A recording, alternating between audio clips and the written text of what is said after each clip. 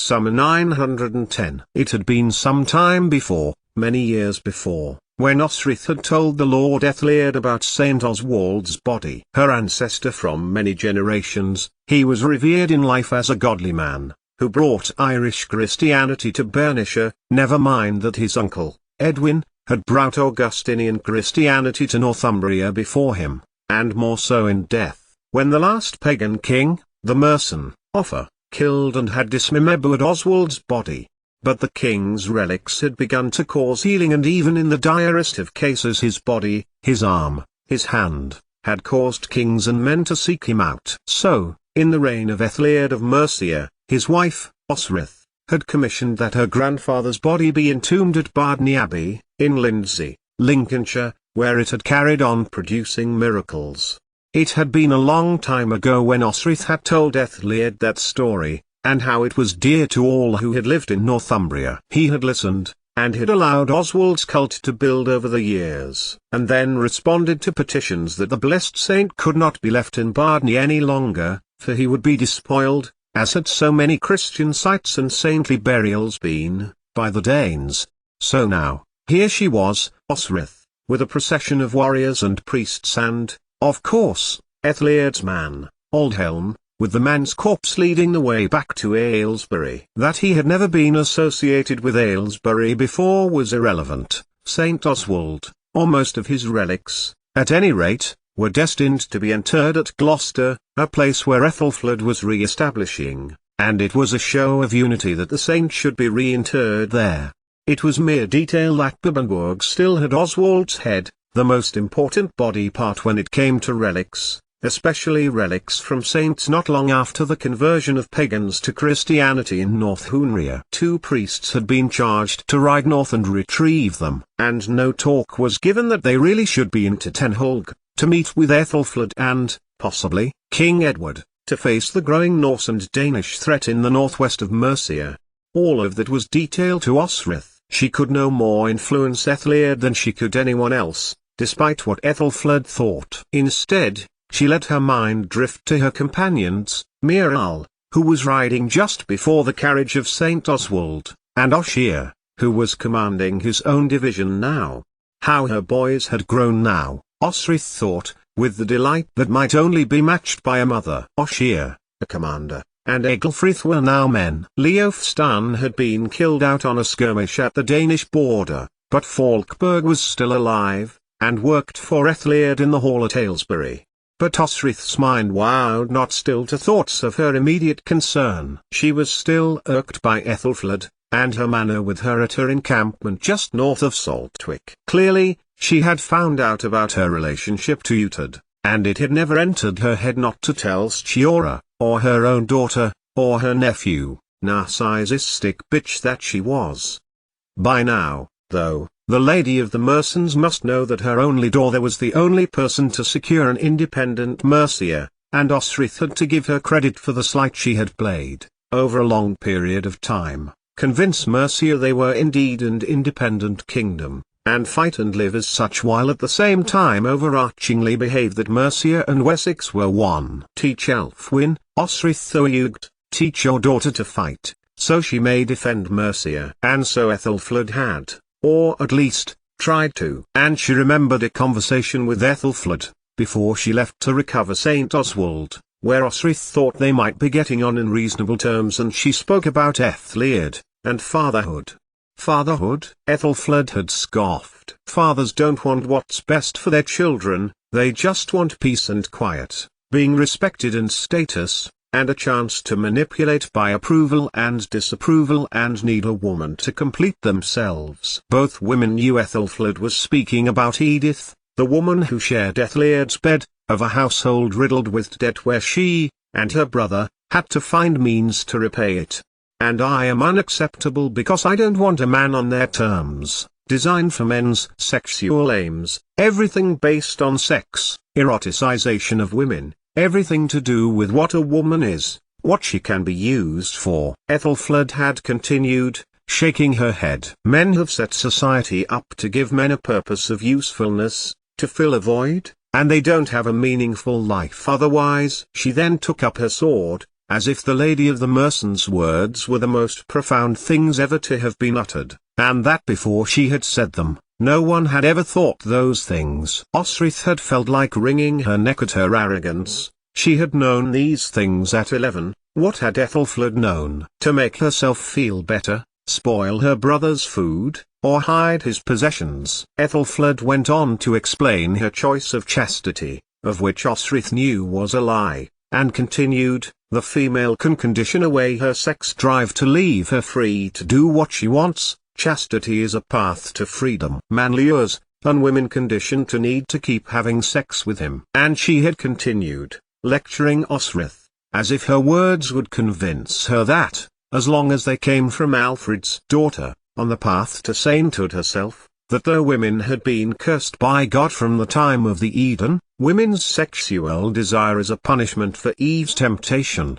And so you see, Osrith, she had concluded, when men hate something they want to intrude and violate it themselves, and can't understand why women would want to isolate themselves from a man, it is inconceivable to them. Can you not feel, when you have been chaste for some time, that you can access higher things? Men cannot help themselves in terms of women, I know this. Osrith had listened, and eventually, Ethelfled had finished with a flourish, declaring her wish to pray. Instead of joining her, which Osrith knew to be a slight, she went to the stables to collect her things. Ethelfled had not known Ethelred had chosen her to ride into East Anglia with his men, nor did she know that she was wrong. She had violated her own oath to never be with Finan again, and now, Buckfastleigh, Aldhelm called, pointing to a raised ridge, with a settlement over it, as Osrith moved her hand over her stomach for a moment. Not far to Aylesbury now, Osrith, he grinned. If anyone knew how important this mission was to her, it was Aldhelm. And, he added, inclining his head towards her, please do not let the Lord Ethelred know I told you. He had agreed for you to accompany your saint onwards, to Gloucester, for his reinterment. Osrith smiled, happily, and Aldhelm nodded, to show that he knew she understood. Two things that Ethelfled could not interfere with, and a third, perhaps, if she thought she could control her husband's troop movements. He would be there at Tenholg. Osrith knew it. It was Mercen territory after all. Just not at the beck and call of his wife. Osrith's mind drifted further back, to the time she had left Dunnottar, before she had gone to Caerliguilid, to Bibbenberg, south to Saltwick, and then, southeast to Aylesbury. There had been a time that she had so desperately wanted to be back with Domhnall and be in his service again. However, as Constantine had pointed out before she left Alba, the use he had been trying to put her to did not include any of her martial skills whatsoever. It was your marital skills he was interested in, Constantine had told her, laughing at the poor joke. Osrith did not laugh. But the alliance through her marriage to Guthred was now useful to the King of Alba, for this gave him a hold over his weak cousin Dyfnwald, nominal King of Strathclyde, and access to the land he claimed in Bernicia, to the wall via Cumbraland. It is a kind of symmetry. Your brother married his sister, her brother married to you. I will never marry. Osrith stormed. But Constantine was smiling one of his smiles, which was meant to reassure who he was talking to but meanwhile show he had the upper HND. Those papers Abbot Eardred holds, Constantine mused, but Osrith had interrupted. I did not consent. Not even for the safety of Edra? Constantine proposed, his mouth still smiling. But Osrith knew better, and knew his weakness over the child. She is nearly 10, she may come with me. She was right, and delighted to be so, for Constantine had stopped smiling, and now looked concerned. You would take her from here? I could. Osrith threatened. She had folded her arms. Oh, do not fear for the money. I would never ask for silver to be paid. And that was her consent. Osrith had told Constantine she would indeed go to Guthred and negotiate an agreement, on the basis of a marriage she hadn't even realized was happening, when she was 14.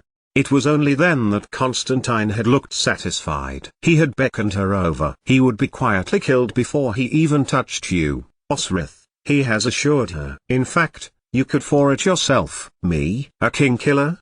Osrith had shaken her head. He may be a Dane, but he is the anointed king of Cumbraland and accepted by my uncle, and my brother.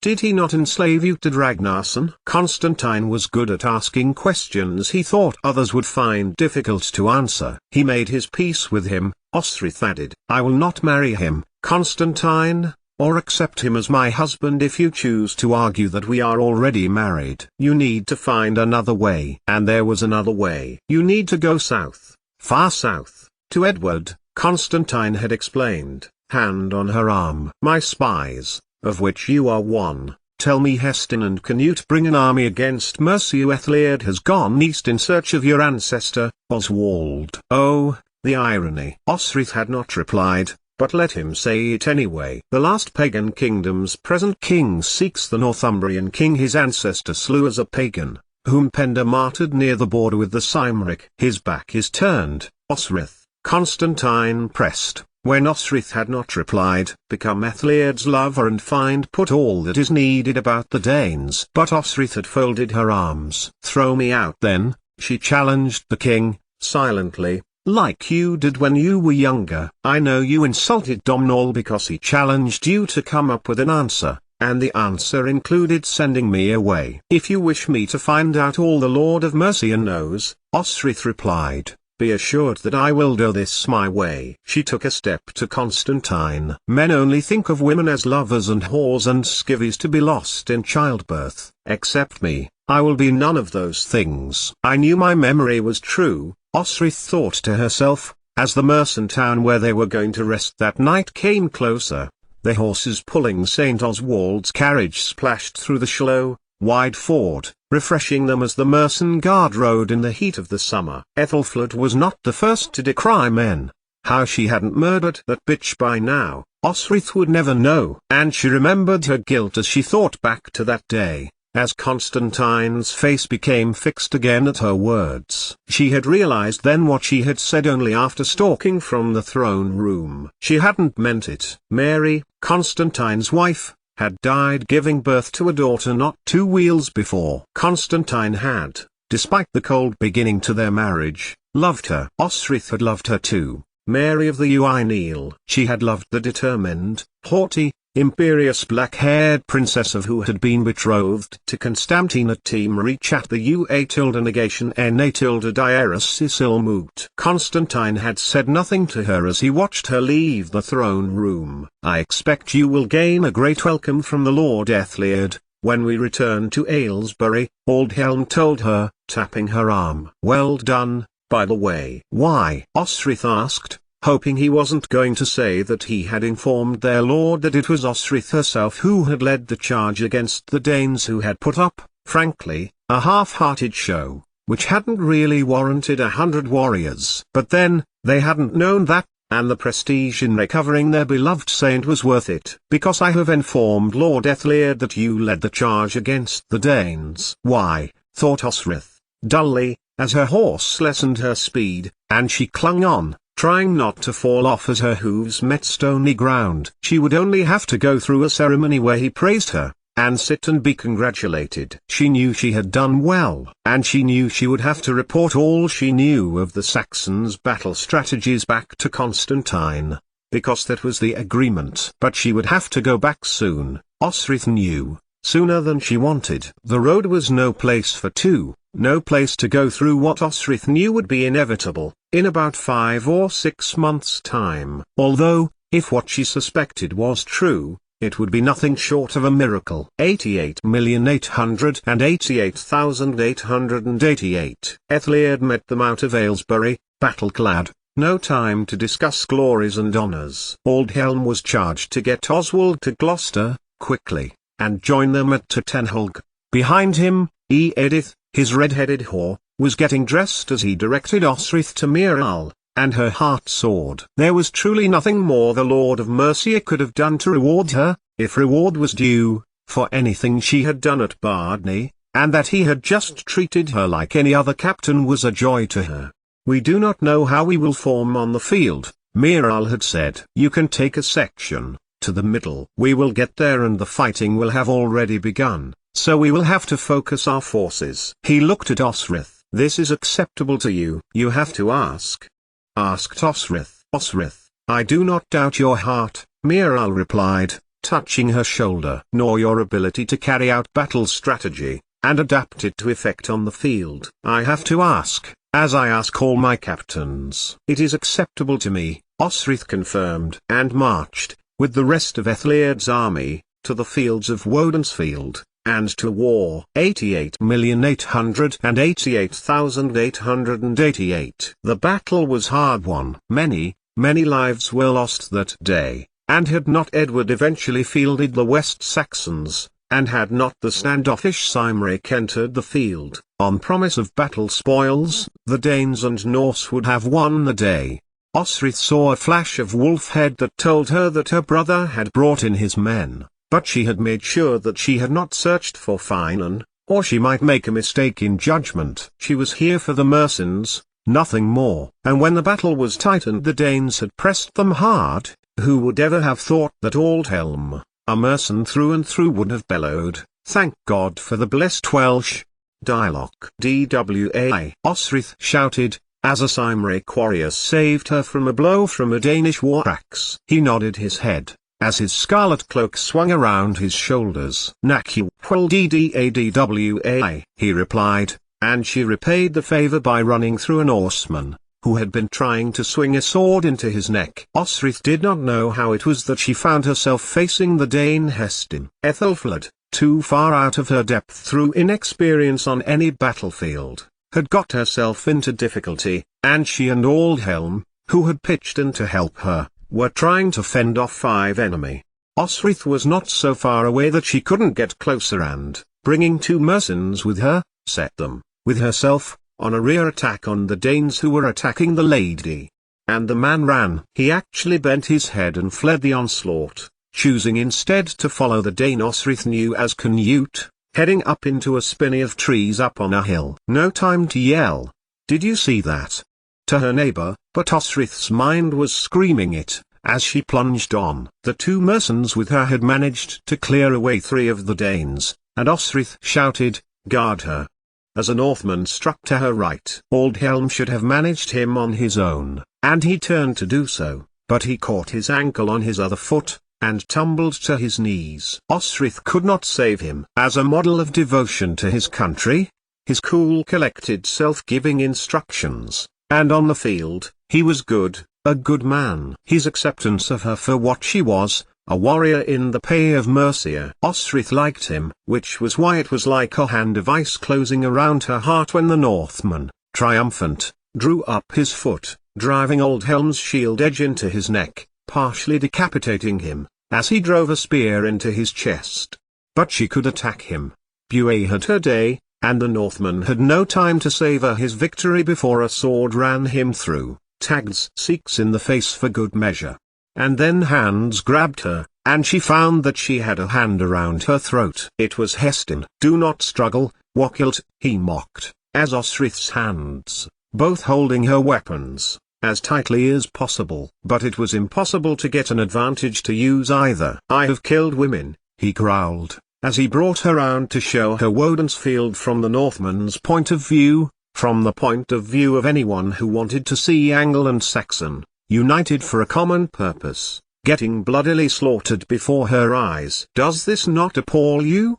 Does it not appall you?" Osrith replied, in Danish. Up to the spinney, she noticed, Bryda was charging after her brother. And then Heston crumpled at her feet. Osrith was surprised to see, and very pleased to see a face she knew. "Elfkin!" Osrith exclaimed, her once young warrior saving her life again. "Go, now," she added, as the surge of mercenaries to the western flank indicated the press Ethelred had ordered, and Osrith looked across, her heart thumping for sadness at Aldhelm's body. Ethelfled, because to her, it was all about her, was acting as if she were fighting the remaining Danes who had not taken after the mercenaries, which meant that the 2 men guarding her were doing the actual fighting.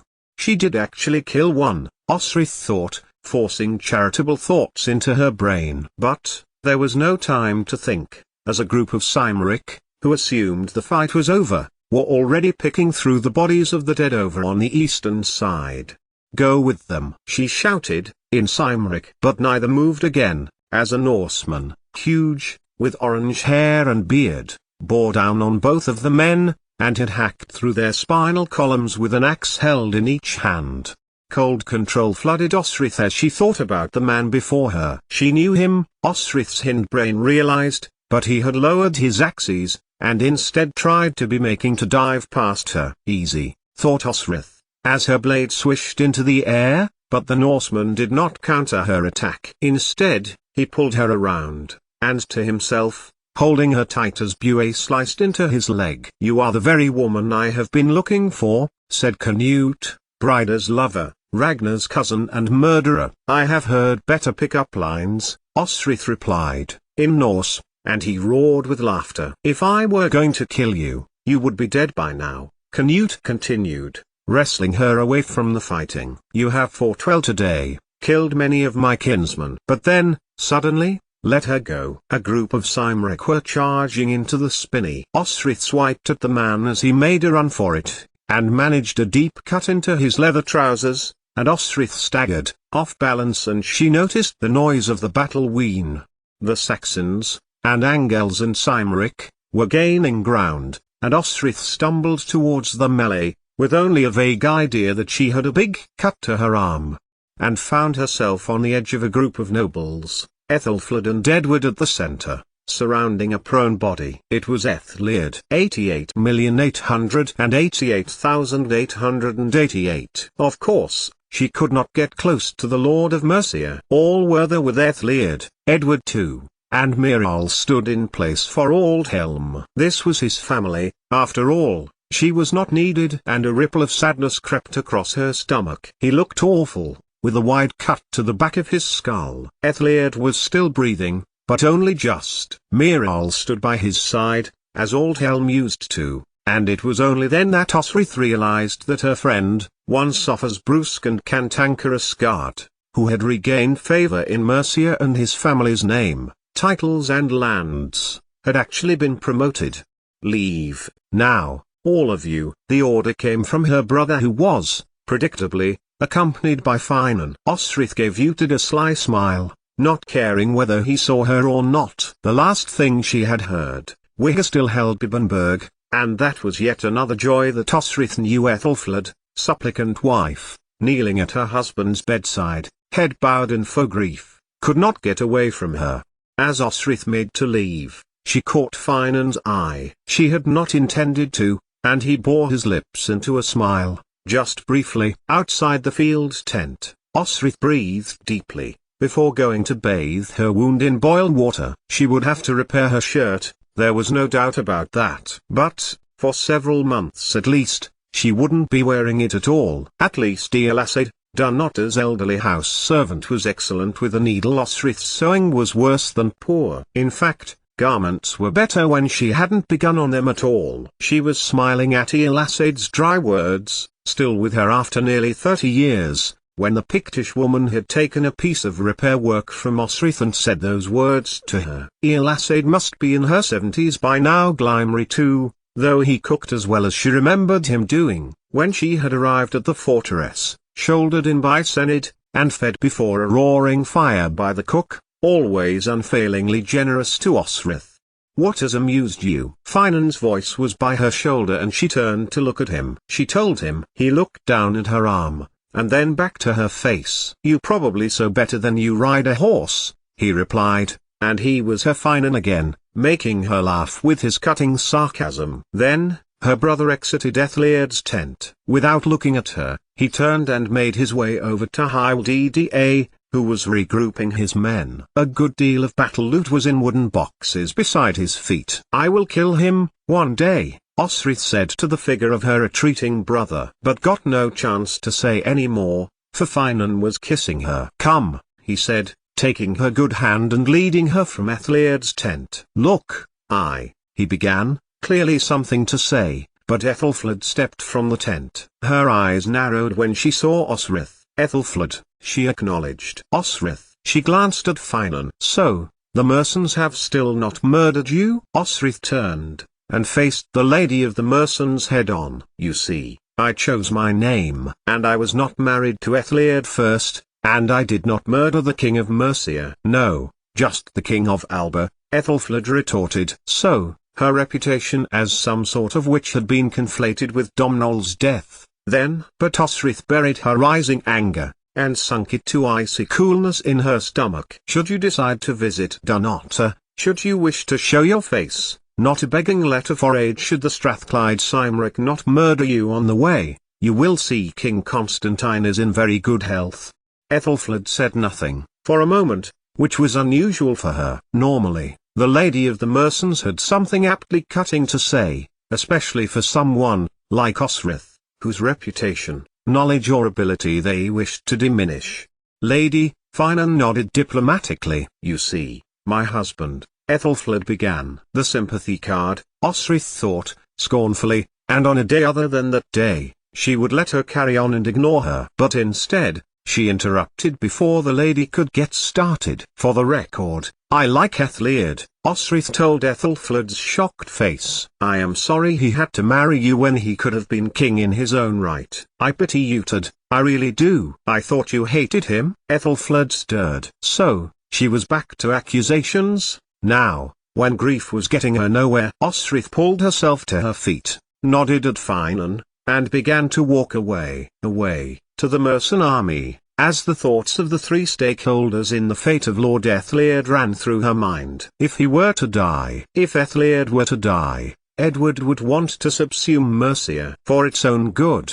Osrith, he had told her, post-coachly, when she had gone to do Ethelfled's dirty work for her. The lords of Mercia, they would naturally assume to the independence of their kingdom, although no direct line of kings still remained. Ludica, for example, was married to a daughter of Ceolwulf, and had a position by marriage. Osrith looked back to Aethliad's tent again. Oh, she hoped she had trained her daughter well, Osrith thought. Elfwin, for she was the strongest by blood of any of them for Mercia, and also a girl barely old enough for marriage, and there were, as far as Osrith could tell, no suitable matches for the girl.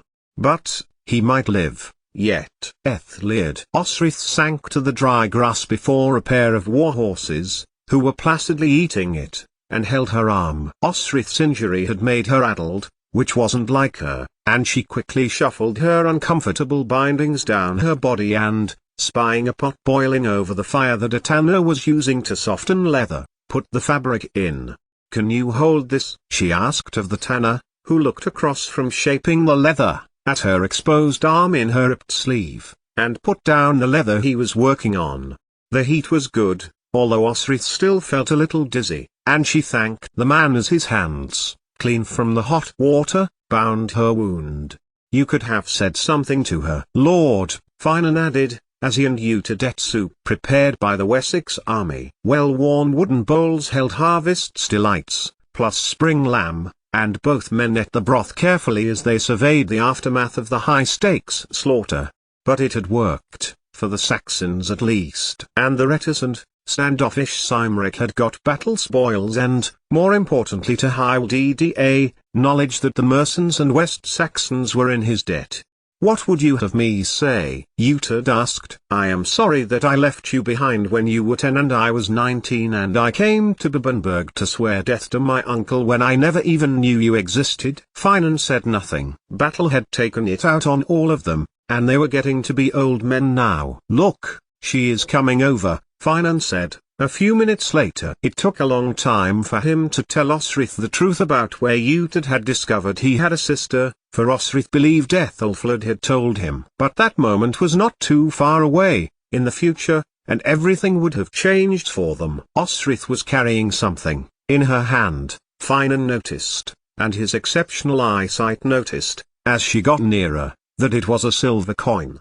Osrith was turning it over and over to help her think. She had given it back to Finan, to break the implied symbol of a connection between them when she had left Dunham after following the outlawed Uhtred.